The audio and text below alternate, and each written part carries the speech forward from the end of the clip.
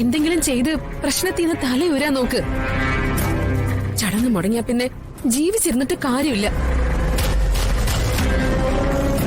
മോനെ എന്തും ചെയ്യാൻ മടിക്കാത്ത രാഷ്ട്രീയക്കാരനാ. ഇന്ന് ചടങ്ങ് നടന്നില്ലെങ്കിൽ പിന്നെ ഒരിക്കലും നടന്നില്ലെന്ന് വരും. നാണക്കേടുണ്ടാവാതെ അയാൾ പറയുന്നത് അനുസരിക്ക്. വെള്ള പേപ്പറിലൊന്നും ഒപ്പിട്ട് തരാൻ പറ്റില്ല. ഞാൻ കുറുപ്പ് സാറിന് ചെക്ക് തരാം.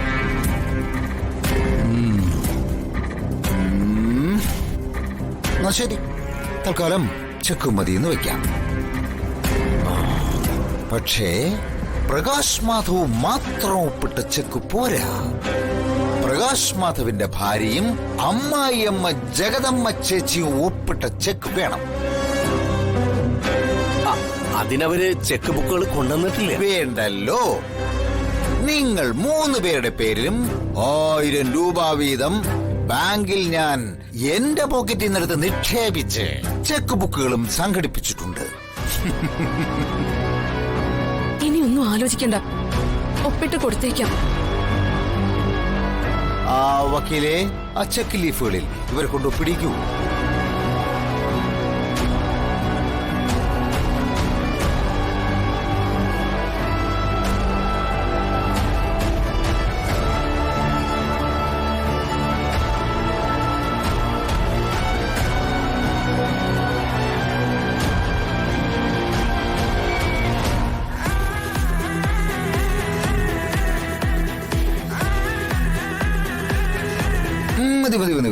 മതി പിന്നെ ഒപ്പടാ. ഇടിക്ക് വക്കീലേ.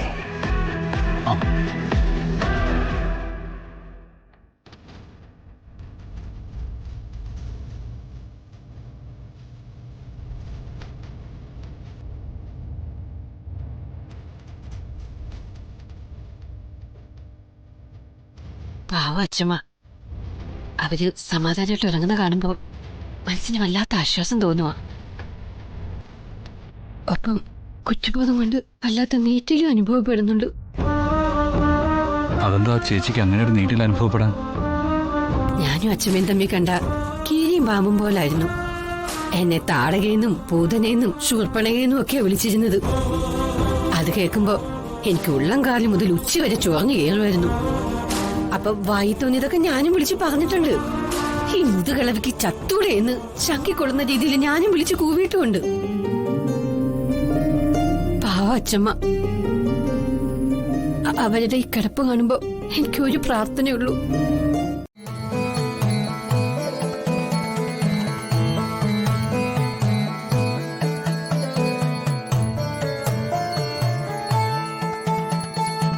യഥാർത്ഥത്തിൽ ഇപ്പോൾ ഇവിടെ നടക്കേണ്ടത് ഗണപതി ഹോമത്തിന്റെ ചടങ്ങുകളാ. തൽക്കാലം ഇതൊക്കെ മതി.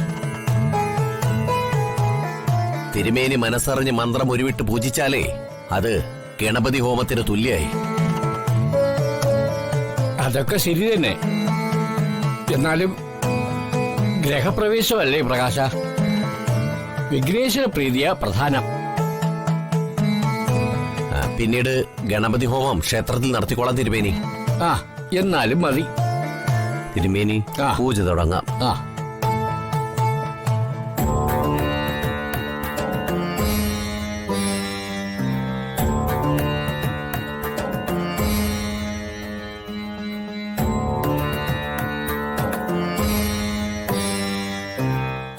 ദൈവകാര്യത്തിലെങ്കിലും പിശിക്കാതച്ചാ.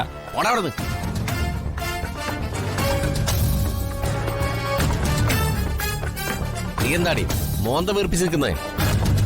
അച്ഛനും അമ്മയും പങ്കെടുക്കാത്ത ഈ ചടങ്ങിനോട് എനിക്ക് ഒരു ഉത്സാഹവും തോന്നില്ല, ഒരു സന്തോഷവും തോന്നില്ല. അച്ഛനും അമ്മയും ഒരു കീറ് വെച്ചെറിഞ്ഞാൻ. അതെ, അതിഥികളോട് ചിരിച്ചും പറഞ്ഞ് ലോഹ്യം കാണിക്കേണ്ട വീട്ടമ്മയാ നീ. നിന്റെ ഓഞ്ഞ നമുക്ക് ഇവിടെ കണ്ടേക്കരുത് കേട്ടാ. പ്രകാശ, ഹലോ. എന്തൊക്കെയുണ്ട്? ഞങ്ങള് വൈകിപ്പോയി സൂത്രേ. ഓ ഇല്ലേട്ടാ, ചടങ്ങുകൾ ആരംഭിക്കാൻ പോകുന്നേ ഉള്ളൂ. വീടൊക്കെ നന്നായിട്ടുണ്ട് കേട്ടോ. വലിയ അലങ്കാരങ്ങളും സെറ്റപ്പുകളും ഒന്നും ഇല്ലെങ്കിലും സൂപ്പർ. എന്തിനാ അലങ്കാരങ്ങളും പുറം പൂശുമൊക്കെ? ഒരു ചെറിയ കുടുംബത്തിന് മാന്യമായി കഴിയാനുള്ള എല്ലാ സൗകര്യങ്ങളും ഉണ്ടല്ലോ ഇവിടെ. എന്തായാലും ഇന്നത്തെ കാലത്ത് കുറച്ചുകൂടി ആർഭാടങ്ങളൊക്കെ വേണമായിരുന്നു സുചിത്രേ. പെട്ടെന്ന് പാലുകാച്ചൽ ചടങ്ങ് നിശ്ചയിച്ചേ. അതുകൊണ്ട് അലങ്കാരപ്പണികളൊക്കെ ഇനി ചെയ്യാനിരിക്കുന്നതേ ഉള്ളൂ. പ്രകാശേട്ടൻ വിദേശത്ത് പോയി കോടികളൊന്നും ഉണ്ടാക്കിയിട്ടില്ലല്ലോ, അതുകൊണ്ട് ഇതൊക്കെ മതി.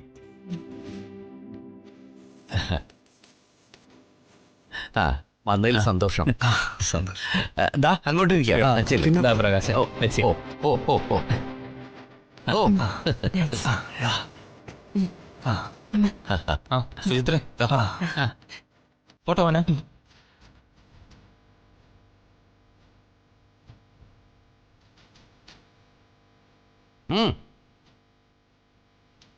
ഇങ്ങോട്ട് താടി വേണ്ടേ? ആ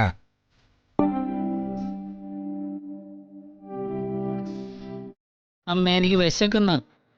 ബ്രേക്ക്ഫാസ്റ്റ് ഒന്നും കഴിച്ചില്ലല്ലോ. നീയെന്നല്ല, ആരും ഒന്നും കഴിച്ചിട്ടില്ല. എല്ലാരും വിശന്നിരിക്കുക. വിശന്നിട്ട് തല ചുറ്റുന്നു. കുറച്ച് പായസം എടുത്താ കൊതി വരുന്നു.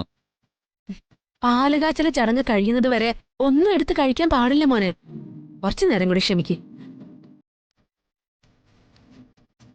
എന്താ എന്താ മോനെ പ്രശ്നം? എനിക്ക് പായസം വേണം അച്ഛാ. അതിനെന്താ, ഞാൻ എന്റെ ചെലവിൽ നടത്തുന്ന ഏർപ്പാടാണ്. എന്റെ മോന് പായസം വേണമെങ്കിൽ പോയി കുടിക്കേ. ചടങ്ങ് തീരുന്നത് വരെ കാത്തിരുന്നൂടെ? അതിനു മുമ്പ് ഒന്നും എടുത്ത് കഴിക്കാൻ പാടില്ലെന്ന് വിശ്വാസമുണ്ട് മോനെ. അതൊക്കെ അന്ധവിശ്വാസ. വിശന്നാ കഴിക്കണം. മോന് പായസം എടുത്ത് കൊടുക്കണി.